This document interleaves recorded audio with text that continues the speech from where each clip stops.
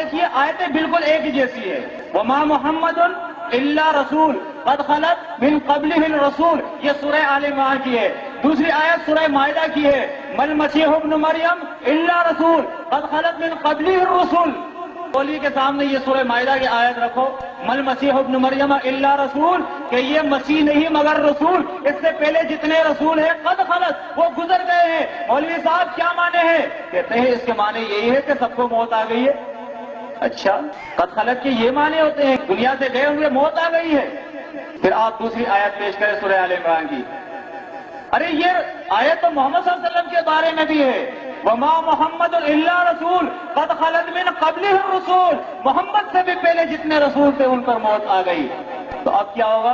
नहीं जी, वो ईसा अलैहिस्सलाम जो है वो तो मुस्तस्ना है, रिवायतों में जो आता है।